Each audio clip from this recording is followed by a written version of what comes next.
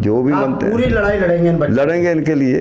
हाँ, करेंगे भी, अपने खुद भी करेंगे, उनसे करवाएंगे ताकि एक बस इनको हो जाए, बस हो जाए, जो भी इनका इंतजाम हो, जाने आने का इंतजाम हो टाइम पे। जिस कॉलेज में भी कोई बच्चा जाता है उसमें इनको छोड़ा जाए, ले आया जाए। जिनको दिखाई नहीं दे रहा वो बसों में धक्के खाते, बस वाले धक्का मार देते। और एक लड़की मेरे को बता रही, उसको चोट लग गई, बस वहाँ सड़कों पे खड़े रहती हैं जाके लड़कियाँ। और कई तरह के लड़के हैं जो छेड़खानी भी, इनके साथ भी बताइए, इनके साथ भी, जिनको दिखाई नहीं दे, इनके साथ भी छेड़खानी होती है। अभी मेरे को बताया कि लड़की को ले गए थे जंगल में। प्रॉब्लम होते हैं हमें आने जाने में। सर, हमने सरकार से बहुत अपील की है, लिख के भी दिया कई बार। हमको ये उत्तर मिला कि डीडीए ने जो है अब दिव्यांगों की जगह देनी बंद कर दी है। बसों में खड़े होने में, बैठने में काफ़ी दिक्कत होती है सर। और आम जो लोग वहाँ होते हैं, जो बिल्कुल ठीक होते हैं, वो आपकी हेल्प करते हैं नहीं करते हैं? कुछ करते हैं, कुछ नहीं करते हैं। इसमें दिक्कत होती है कभी कभी हमें। Yes sir. अच्छा, और यहाँ आप रह रही हैं, सब ठीक है, व्यवस्थाएं ठीक है सब? यस सर, सारी फैसिलिटी देते हैं सर हमें जी। राजधानी दिल्ली के बुराड़ी क्षेत्र में दिव्यांगजनों की सेवा में लगे एक प्रेरणादायक व्यक्ति को उस वक्त बड़ी राहत मिली जब 72 फुट का हनुमान मंदिर निर्माण करवाने वाले सर्व हिंदू एकता संगठन के अध्यक्ष RS बाली ने उनकी मदद का भरोसा दिलाया। Association for the blind person संस्था के अध्यक्ष राजेंद्र सिंह यादव, जो मूल रूप से इटावा के निवासी हैं, खुद भी दिव्यांग हैं और सरकारी नौकरी 4th क्लास में करते हैं। अपनी सीमित आय के बावजूद वे अपनी संस्था के माध्यम से दिव्यांग लोगों का बड़ा सहारा बने हुए हैं। उनका ये निस्वार्थ सेवा भाव कई लोगों के लिए प्रेरणा का स्रोत है। उनके इसी जज्बे को देखते हुए सर्व हिंदू एकता संगठन के अध्यक्ष RS बाली उनसे मिलने association for the blind person संस्था पहुंचे। RS बाली ने राजेंद्र सिंह यादव के प्रयासों की सराहना की और उन्हें आश्वासन दिया कि वे इस महान कार्य में उनकी हर संभव मदद करेंगे। ये मुलाकात दिव्यांगजनों के कल्याण के लिए काम करने वाले एक छोटे संगठन और एक बड़े सामाजिक समूह के बीच सहयोग की नई मिसाल पेश करती है। राजेंद्र सिंह यादव जैसे लोग जो खुद चुनौतियों का सामना करते हुए भी दूसरों के लिए उम्मीद की किरण बनते हैं, समाज के लिए एक अनमोल धरोहर है। सर्व हिंदू एकता संगठन के अध्यक्ष RS बाली का ये कदम निश्चित रूप से राजेंद्र सिंह यादव के सेवा कार्यों को और मजबूती देगा, जिससे बुराड़ी और आसपास के क्षेत्रों के दिव्यांगजनों को बड़ा लाभ मिलेगा। जब RS बाली ने दिव्यांग लड़कियों से बातचीत की तो उन्होंने कहा कि हमें जिस तरह संस्था में सम्मान मिलता है वैसे बाहर नहीं मिलता। लोग हमें अलग नजरिए से देखते हैं और ट्रैवलिंग के समय सरकार द्वारा जारी दिव्यांग सुविधा का भी उचित लाभ नहीं मिल पाता। लोग हमें वह सुरक्षा मुहैया नहीं होने देते हैं जिनका सरकार ने हमें अधिकार दिया है। और क्या कुछ कहा सभी लोगों ने, आइए सुनाते हैं इस खास रिपोर्ट में। दोस्तों, कई खबरों से आपको रूबरू कराते रहते हैं। कई ऐसी खबरें होती हैं जो फिल्मों वाली होती हैं, कई खबरें ऐसी होती हैं जो राजनीतिक होती हैं, लेकिन आज ऐसी खबर से आपको रूबरू करा रहा हूं जिसके बारे में सुनेंगे तो आप भी हैरान हो जाएंगे। क्या कभी किसी के बारे में आपने सुना है कि सरकारी कर्मचारी अपना पूरा पैसा ऐसे बच्चों के कामों में लगा दे जो बच्चे दिव्यांग हो, जो बेचारे ना तो देख सकते हैं सही से, ना सुन सकते हैं सही से और ना ही चल सकते हैं सही से। इस तरीके की तस्वीरें जो है बुराड़ी के संत नगर से देखने को मिली, जहाँ पर एक व्यक्ति हैं, एक शख्स हैं, जहाँ पर सर्व हिंदू एकता संगठन के राष्ट्रीय अध्यक्ष RS बाली, जिन्होंने अलीगढ़ के उत्तर प्रदेश के अलीगढ़ नूरपुर टप्पल गांव में 72 फुट के हनुमान मंदिर का निर्माण कराया और वो भी अपने पूरे पैसे से। आपको हमेशा शुरू से हम दिखाते आए हैं, बताते आए हैं, और जब ये मंदिर बन रहा था, जब बना नहीं था, जब नींव रखी गई थी, तब से हमने अलीगढ़ का दौरा किया और अब बन के तैयार हो गया। अब भी हम दिखाते हैं। सर्व हिंदू एकता संगठन के राष्ट्रीय अध्यक्ष RS बाली हमारे साथ ठीक पीछे खड़े हुए हैं, उनकी तमाम टीम खड़ी हुई है। और ये जो चश्मा लगा के खड़े हुए हैं, ये भाई साहब उन बच्चों का भला करते हैं जिनके बारे में सरकार भी नहीं सोच पाती है बहुत अच्छे से, उनके बारे में सोच। सबसे पहले उनसे बातचीत करेंगे। सर, क्या नाम है आपका? राजेंद्र सिंह यादव। आप कहाँ के रहने वाले हैं? UP इटावा। क्या करते थे आप? मैं सर जॉब एक 4th क्लास की जॉब थी, वो करता था, आपके क्लर्क हो गया, तो वहाँ से हम रिटायर हो गए हैं। कब हो गए रिटायर्ड आप? मार्च 25 पे 2025 में। अच्छा, और ये जो बच्चे हैं इनको कैसे मैनेज करते हैं? कब से आपने ये सेंटर खोल रखा है? लगभग कितने बच्चे हैं यहाँ पर? सर, हमने जब 2012 में स्टार्ट किया 11 में, केवल मेरे पास 7 बच्चे थे। तो धीरे धीरे हम बढ़ते गए जगह हम, क्योंकि हमारी अपनी स्थायी जगह तो कोई है नहीं, रेंट पे तो जगह बदलते रहे। पहले काले खामे खोला, फिर हम बुराड़ी आए, ये उपकार कॉलोनी एक है वहाँ आए, फिर वहाँ से उन्होंने खाली कराया, फिर हम यहाँ आ गए हैं। अब 2021 से हम यहीं हैं। हमने ये तय कर रखा जब तक हमारी स्थायी व्यवस्था नहीं होती है तब तक हम यहीं रहेंगे, क्योंकि उनको जगह चाहिए नहीं होती है। सवाल ये हो रहा है कि कितने सालों से आप ये काम कर रहे हैं, और आप काम कर रहे हैं तो क्या सरकार तक बिल्कुल आवाज़ नहीं पहुंचती कि सरकारी आवास या सरकारी जगह आपको अलॉट की जाए? सर, हमने सरकार से बहुत अपील की है, लिख के भी दिया कई बार। हमको ये उत्तर मिला कि डीडीए ने जो है अब दिव्यांगों को जगह देनी बंद कर दी है। अच्छा, विकलांगों को कोई जगह नहीं मिलेगी एनजीओ के लिए, अब बंद कर दी सरकार ने। ये हमें आप अपने खर्च से सारा मैनेज करते हैं? हाँ सर, जो हमसे होता हम करते हैं। जो अगर कोई आप जैसा कोई आ जाता है वो भी दे जाता है, और जो नहीं होता मैं जेब से करता हूँ अपने आप। अच्छा, इस फ्लैट का कितना खर्चा जाता है? 27,000 किराया है महीने का। बाकी बच्चों का खर्चा है, खाना बनाने वाली खर्चा है, सफाई वाली खर्चा है, ये हम करते हैं सर। अच्छा, ये पढ़ते कैसे हैं बच्चे? कोई टीचर्स आपने रखा है या आपने अपने स्कूल? ये सर बच्चे सब कॉलेज जाते हैं, अलग अलग कॉलेजों में इनके एडमिशन हो रखे हैं। यहाँ से अपने बेचारे जैसे तैसे जाते, बसों में इनको इतनी दिक्कत होती है। सरकार से हमने कई बार कही कि हमारे बच्चों को, ब्लाइंडों को आपको ये तो स्थायी बस दे दीजिए जो ले जाए छोड़ दे। वो नहीं करती है। स्टैंड बसों में लोग ड्राइवर चढ़ाते भी नहीं बच्चों को। अगर बच्चे यहाँ खड़े हैं तो 20 कदम आगे रोकते हैं, उनको चढ़ाते नहीं है। और पब्लिक को या पब्लिक से इशारा कर देते हैं, धक्का मार दो इनको नीचे। कई बच्चों को धक्का, एक लड़की ममता खड़ी है, इसको नीचे धक्का मारा, ये नीचे गिरी थी जाके। और कई लड़कियां ऐसी तो जो नहीं चढ़ाते। स्टैंड पे कुछ लोग ऐसे खड़े होते जो उनको परेशान करते, कोई बाइक वाला आता हो कैसा। तो हम तो यही अपील करते हैं कि हमारे बच्चों के लिए कोई स्थायी जगह हो जाए, तो एक जगह इनके रहें, पढ़ें। हम किराए पर कहाँ तक बदलते रहते। कितने बच्चे हैं आपके पास टोटल? अभी हमारे पास 30 बच्चे हैं लगभग, जितने अभी हमारे पास 20-22 बच्चे इस समय। 8 बच्चे कुछ क्रिकेट ट्रेनिंग के लिए गए हुए हैं 3-4, और कुछ छुट्टी पे हैं। तो कहाँ से हैं ये बच्चे आपके पास? सर सब झारखंड, बिहार, यूपी, मध्य प्रदेश और असम से भी कई आते हैं। जहाँ से भी आ जाते हैं, हम किसी को मना नहीं करते हैं। जो बच्चा फीस नहीं दे सकता कॉलेज में, उसके लिए हमने ये जगह खोल रखी है कि जो आ जाओ हमारे पास आओ, जो हम दे सकेंगे। हम ज़्यादा नहीं देंगे, रोटी सब्जी आपका पेट भर देंगे जिससे आप पढ़ सको। हम ज़्यादा कुछ व्यवस्था कर देंगे। हाँ, चलिए बाली जी, आपको कैसे पता चला यहाँ के बारे में? ऐसे है कि ये अपने टीकम चंद्र जी है, ये मेरे वहाँ ऑफिस के पास ही रहते हैं। तो ये मेरे पास एक दिन आए थे, एक इनके दोस्त आप मेरे भी जानने वाले सरदार जी है। तो ये दोनों मेरे पास आए थे 1 हफ्ता पहले कि ऐसे ऐसे है, तो थोड़ी इनको प्रॉब्लम भी है। तो मैं कहा चलो फिर आज मैंने कहा चलो जाके आते हैं, देखते हैं। तो हम 2 घंटे से आए हुए हैं, सारे इनकी कहानी सुनी मैंने।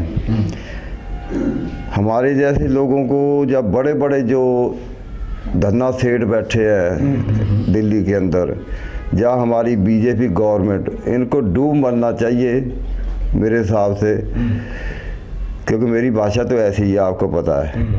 इनको डूब मरना चाहिए। एक ऐसी बच्चियाँ जिनको दिखाई नहीं देता, और इतने मैंने इनको देखा, पढ़ा के देखा, जब देख रहा हूँ इतनी देर से, इतनी लायक, इतना इनका दिमाग तेज है पढ़ाई में भी। तो इनकी हेल्प भी ना हम करें तो फिर क्या जीने का हक है? जब क्या ऐसी गवर्नमेंट को करना। बीजेपी गवर्नमेंट आ गई, आम आदमी पार्टी आ गई, कांग्रेस, तो इनके लिए तुमने क्या कि अपनी कोठियों कारों में घूमने के लिए तुमने कर रखा। मैं इनकी पूरी हेल्प करूँगा, जहाँ तक मुझे जाना पड़ेगा मैं जाऊँगा। जो भी इस एरिए का मंत्री होगा, चाहे जो भी MP MLA है, उनको मिलूँगा मैं। बाकी ये क्या कुछ दिलाने की आपकी तैयारी है सरकार की तरफ से कि भाई इनको घर मिल जाए? पहले फर्स्ट तो इनको रहने की जगह हो। बिल्कुल, बाकी चीज़ें तो बाद की होती हैं, खाना पीना, जो भी कपड़ा लत्ता, पढ़ाई, वो बाद की चीज़ें वहाँ इनको मिले। फिर पहले रहने को जगह तो हो ना अपनी। अब एक गरीब आदमी छोटी सी नौकरी का, उसने सारी ज़िंदगी की कमाई इनके ऊपर लगा दी, किराया देता, कहाँ से देना किराया? हर एक महीने 30,000 रुपया किराया। मैंने अंदाज़ा लगाया 1 लाख रुपया महीने का खर्चा है इनका कम से कम, वो भी तंगी में।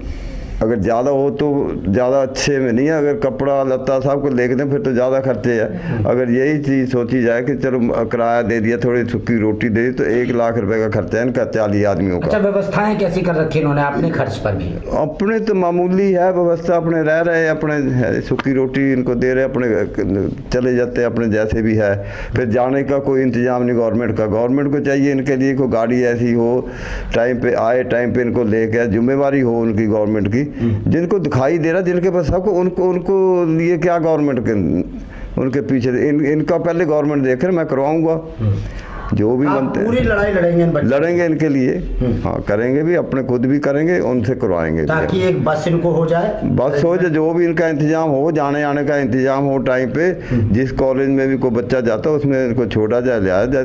जिनको दिखाई नहीं दे रहा वो बसों में धक्के खाते, बस वाले धक्का मार देते। और एक लड़की मेरे को बता रहे उसको चोट लग गई, वहाँ सड़कों पे खड़े रहती हैं जाके लड़कियाँ, और कई तरह के लड़के हैं जो छेड़खानी भी इनके साथ भी, बताइए, इनके साथ भी, जिनको दिखाई नहीं दे, इनके साथ भी छेड़खानी होती है। अभी मेरे को बताया कि लड़की को ले गए थे जंगल में, फिर वो ले आए ढूंढ के, चोट लग गई कुछ। यानी इतना समाज हमारा गिरा हुआ। हम हिंदू राष्ट्र मांग रहे हैं, ऐसा हिंदू राष्ट्र मांग रहे हो आप? कुछ शर्म आनी चाहिए मंत्रियों को जो बड़े बड़े पदों पे बैठे हैं। इनकी तरफ देख के आपको वैसे ही रोना आ जाएगा। तो इसलिए मैं आज आया था, इनको देखा मैंने, सारा बातचीत की है, तो इनकी जहाँ तक है हेल्प करेंगे हम। चलिए, देखिए, तो देखिए आप किस तरीके की जो बात है वो RS वाली जी को पता चली है। मैं कुछ लोगों से बात करूंगा, कुछ बच्चियां हैं यहाँ पर जिनसे मैं बात करूंगा। क्या नाम है आपका, कहाँ से हैं आप? हेलो सर, मेरा नाम बबीता है, मैं आसाम गुवाहाटी से हूँ। बबीता, कब से हो आप यहाँ पर? अभी मैं अगस्त से हूँ, मेरी एडमिशन हुआ है यहीं पर दिल्ली पे IP कॉलेज से, मैं BA कर रही हूँ। अच्छा, सर के यहाँ रहती हो आप? जी। कैसी व्यवस्था है यहाँ पर? हमें तो जितना हो जो हमें चाहिए, कुछ भी चीज़ों के लिए कमी होने नहीं दिया सर। अपने हिस्से से जितना हो सके वो देते हैं, हमें कुछ भी कमी होने की। सरकार से भी कोई अपील करेंगी कि सरकार भी आप लोगों की मदद करे? जाने आने में कितनी दिक्कत होती है आप लोगों को कॉलेज?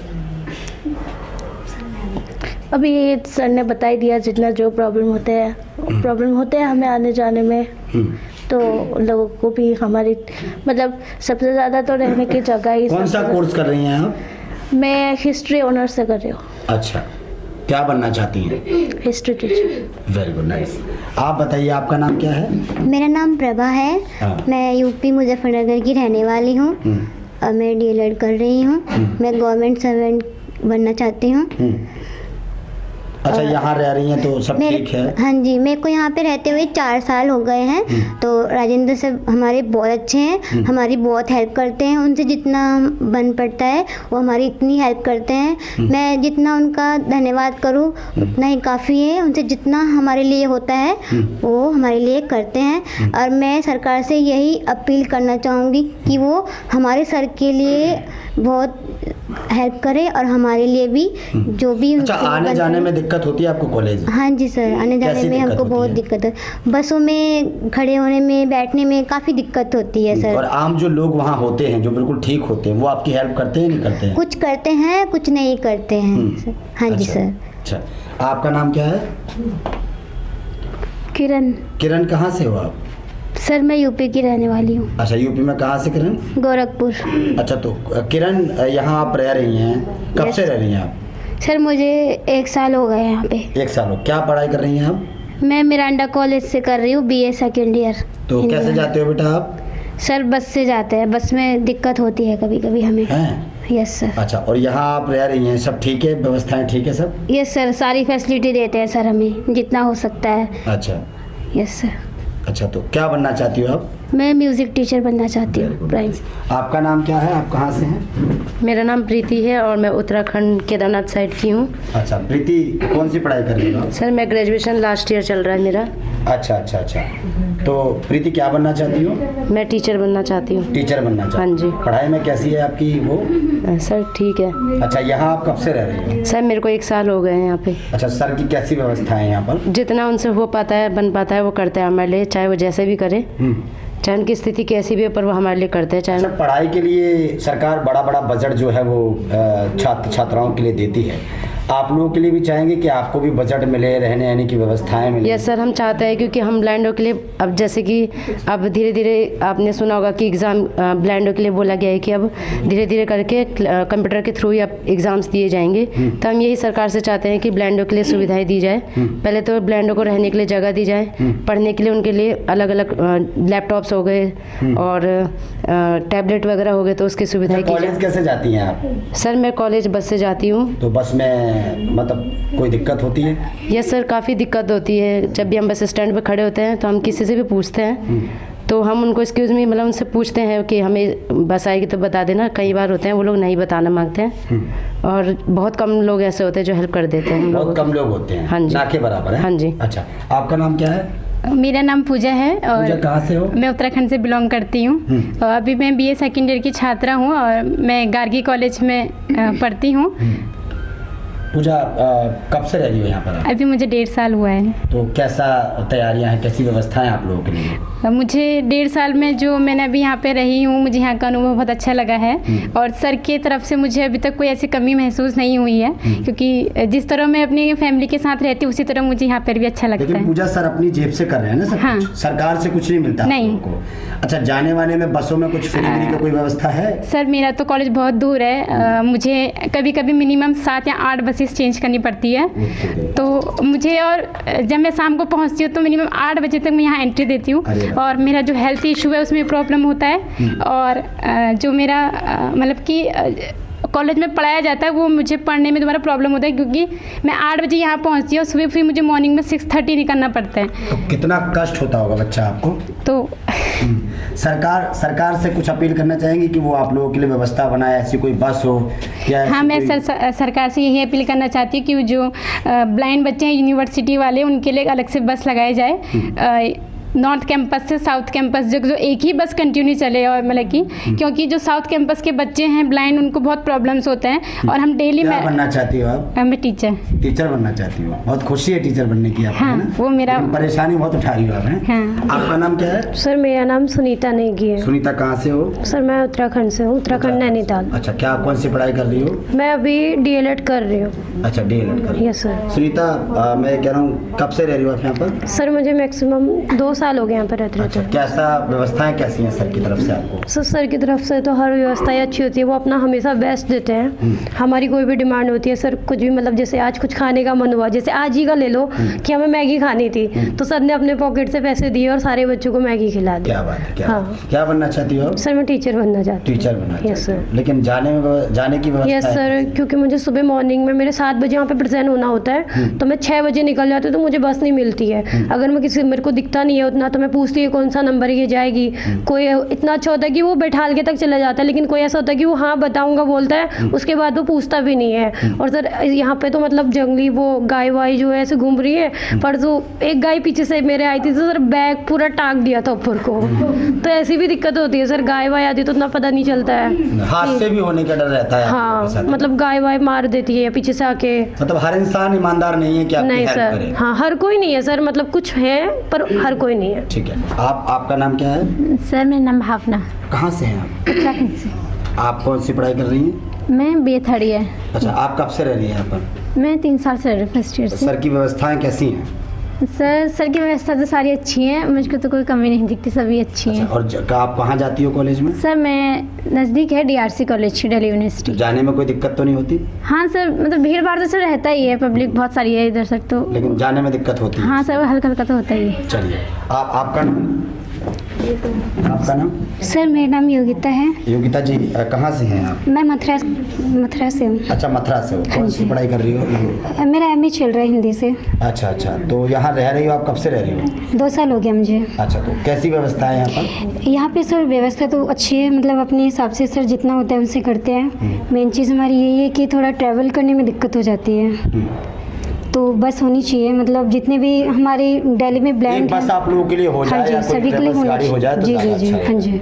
अच्छा, आप कहाँ से हैं? मेरा नाम आशा है और मैं यूपी अयोध्या से हूँ। अच्छा, अयोध्या की नगरी से हैं आप? Yes, sir। तो आशा कौन सी पढ़ाई कर रही हैं? मैं डीएलएड सेकेंड ईयर कर रही हूँ अभी। अच्छा, तो यहाँ कब से रह रही हो? मेरे को 2 साल हो गए यहाँ रहते हो। 2 साल। सब ठीक चल रहा है? हाँ सब बढ़िया चल रहा है। और कहाँ कौन से कॉलेज में जाती हो? मैं दरियागंज डाइट्स अच्छा, जाते हैं। दरियागंज है। हाँ जी। तो कोई दिक्कत होती है आने जाने में? हाँ जी सर, प्रॉब्लम बहुत होती है, रोड क्रॉस करने की दिक्कत होती है।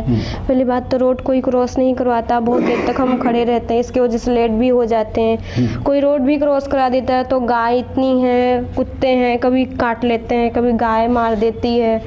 और बात रही बसों में, तो बसों में कभी बस भी नहीं हमें पता चलता, इसकी वजह से हम दो घंटे। क्या बनना चाहती हो? मैं टीचर बनना चाहती हूँ। टीचर बनना चाहती हाँ हूँ। जी।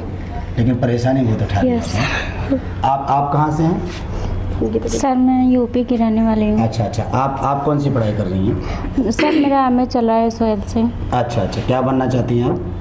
सर सरकारी जॉब करना चाहती हूँ। अच्छा अच्छा, तो अभी यहाँ जहाँ रह रही हो वहाँ ठीक व्यवस्थाएं हैं? यस सर, सब कुछ अच्छी है।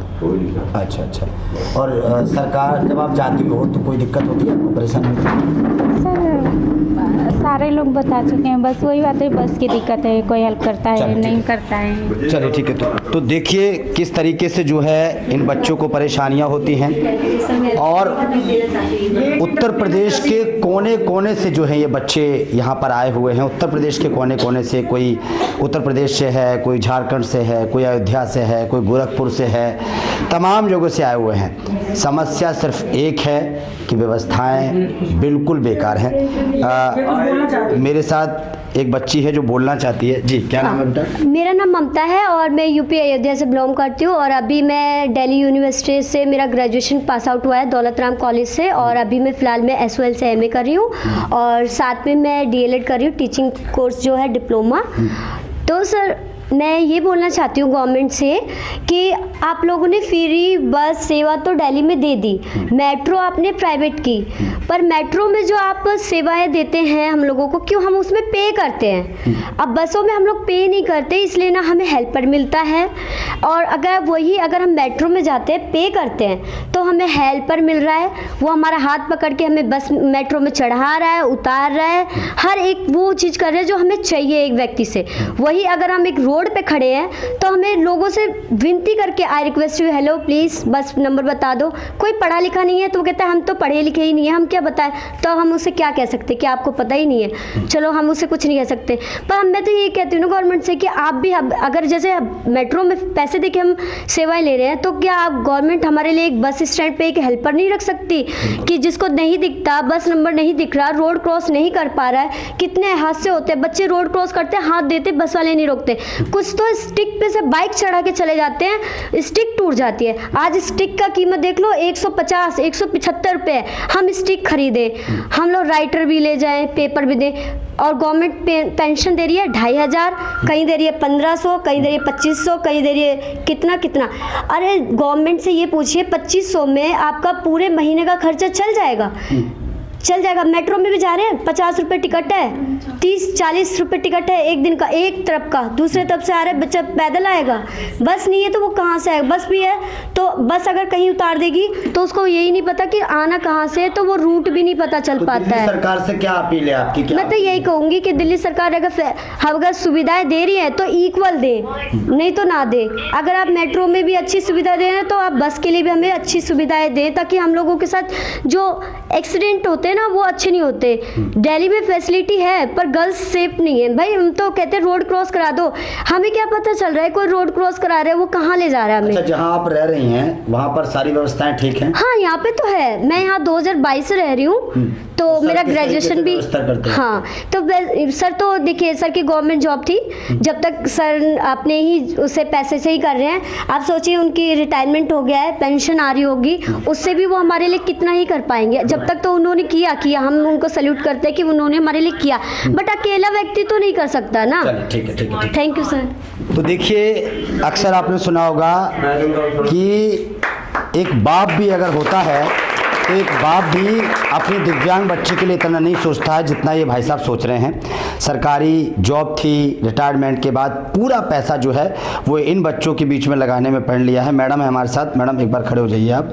अच्छा, आरती जी थोड़ा खड़े हो जाइए। आरती जी, ये जो घटनाएं आप सुन, जो बच्चों के बारे में आपने सुना है, यहाँ पर एक बच्चे ने अपना दर्द सुनाया है, क्या कुछ कहेंगी दिल्ली जैसी देखिए, मैं यही कहना चाहूँगी सरकार से कि अपने लिए जिए तो क्या जिए, दूसरों के लिए जीना चाहिए। और जो इस टाइम ज़रूरत है वो एक्चुअल में इन बच्चों को ज़रूरत है, और ये देख नहीं पा रहे, कोई जान के तो अंधे हुए नहीं हैं, जन्म से अंधे हैं, तो इनकी हेल्प करनी चाहिए।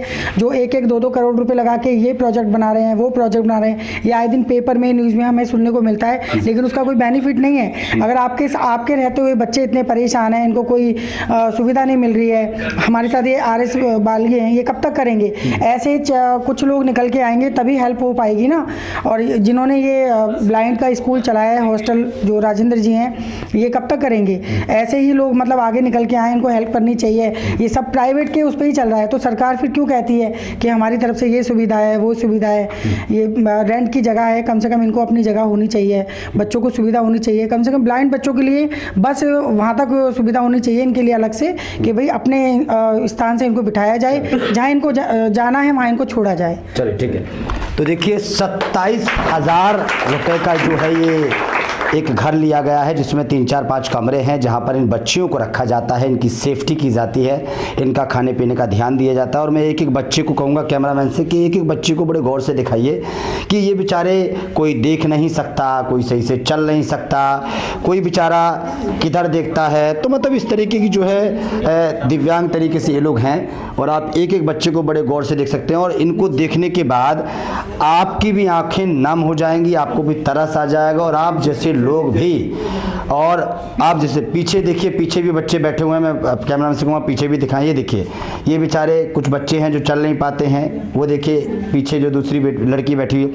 सबसे बड़ा सवाल है कि उत्तराखंड से लेकर तमाम जगह से आए हुए हैं। उत्तराखंड की सरकार जो है वो भी इसको सुन रही होगी, और हरियाणा की सरकार सुन रही होगी, उत्तर प्रदेश में योगी आदित्यनाथ सुन रहे होंगे कि भाई किस तरीके से जो ये बच्चे इतने दूर दूर से आकर यहाँ पर पढ़ रहे हैं। और सबसे बड़ा सवाल, ठीक है व्यवस्थाएं इन्होंने करवा दी, लेकिन व्यवस्थाओं के बाद बाहर जब ग्राउंड पर ये बच्चे उतरते हैं, जब ग्राउंड पर ये बच्चे जाते हैं और बस का इंतज़ार करते हैं, बस पे चढ़ते हैं, तो कितनी समस्याएं इन बच्चों को होती हैं, इन बच्चियों को होती है, ये भी इन्होंने अपने दर्द से बयां किया है। कई बच्चियां ऐसी हैं जिनको भगवान ने सुंदर बनाया है, लेकिन बेचारी देख नहीं पाती हैं, लेकिन उनके ऊपर कुछ ऐसे लोग हैं, कुछ ऐसे लड़के हैं जो गलत नज़र डालते हैं। आपने अभी सुना होगा कि एक बच्ची को तो उठा के ले गए थे यहाँ से, जब ये लोग गए तब जाके उसको लेके आए। तो ये बहुत बड़ी बात है, और ये दर्द भरी कहानी है। मैं मानता हूँ और मैं अपील करना चाहता हूँ सरकार से कि आप एक बार जो मदद कर रहा है उन पर ध्यान ना देकर इन बच्चों पर जरूर ध्यान दें। एक बार भाई साहब से बात करेंगे। भाई साहब कुछ कहना चाह रहे हैं आप? हाँ सर, मैं कुछ कहना चाहता हूँ। क्या बताइए। मैं सर ये कहना चाहता हूँ कि सरकार जो दृष्टिहीनों के लिए या दिव्यांगजनों के लिए नियम बना रही है, तो कम से कम उसको इस तरह बनाए कि उनका भला हो। ये नहीं कि ऐसा नहीं नियम ना बनाए जो कि वो बेचारे घर में बैठ जाएं, गांव में बैठ जाएं, पढ़ भी ना पाएं और आगे कोई कुछ कर भी ना सके। क्योंकि कंप्यूटर किस सबके पास नहीं है, गरीब बच्चे हैं, कंप्यूटर नहीं, लैपटॉप नहीं है। और गवर्नमेंट अगले सेशन से नियम बनाने जा रही है कि जो भी पेपर होंगे कंप्यूटर से होंगे, लैपटॉप से होंगे। तो जब इनके पास इनको कोई सीखने को नहीं मिलेगा, कुछ करेंगे नहीं, तो ये बच्चे कहाँ से देंगे? बिल्कुल ठीक है। तो इसलिए गवर्नमेंट को सोचना चाहिए इसको। ठीक है, ठीक है। तो देखिए किस तरीके से ये बताया गया है कि सरकार की तरफ से एक नियम बनाया जा रहा है, जिसमें ये बताया जा रहा है कि भाई अब कंप्यूटर और लैपटॉप से जो है वो एग्ज़ाम्स होंगे, पढ़ाई होगी। लेकिन अब सवाल ये हो रहा है खड़ा कि इन तमाम बच्चों के बारे में मैंने सुनाया है, एक एक बच्ची ने बताया है कि किसी को टीचर बनना है, किसी को सरकारी नौकरी करनी है, और कितनी खुशी बच्चियों के अंदर देखी जा रही है, कितनी खुशी के साथ वो पढ़ाई करती हैं, अपना मन लगाती हैं। लेकिन जब ऐसी घटनाएं उनके साथ होती हैं, जब उनको यहाँ से इस घर से बाहर निकलना पड़ता है, ग्राउंड पर उतरती हैं और कॉलेज तक उतरती हैं, कॉलेज तक जाती हैं, तो कितनी परेशानियों का सामना करना पड़ता है, ये भी एक बहुत बड़ा सवाल है। सरकार को इस पर कदम उठाना चाहिए। सर्व हिंदू एकता संगठन के अध्यक्ष RS बाली जो है वो यहाँ पहुँचे हैं, और यहाँ पर वो लगातार पूरी कोशिश कर रहे हैं कि इनकी आवाज़ को आगे बढ़ाया जाए, उठाया जाए। और हिंदू राष्ट्र तभी बनेगा जब हमारी ये दिव्यांग बच्ची भी आगे बढ़ेंगी और सरकार की हर योजनाओं का लाभ उठाएंगी। इस खबर को लेकर आपकी क्या प्रतिक्रिया, और आप भी चाहते हैं कि ये खबर सरकार से लेके पूरे देश में कोने कोने तक पहुंचे, तो इस खबर को सबसे ज्यादा शेयर कीजिए और अपना व्यू रखिए। कैमरामैन बच्चन के साथ ब्रजेश कुमार, दिल्ली।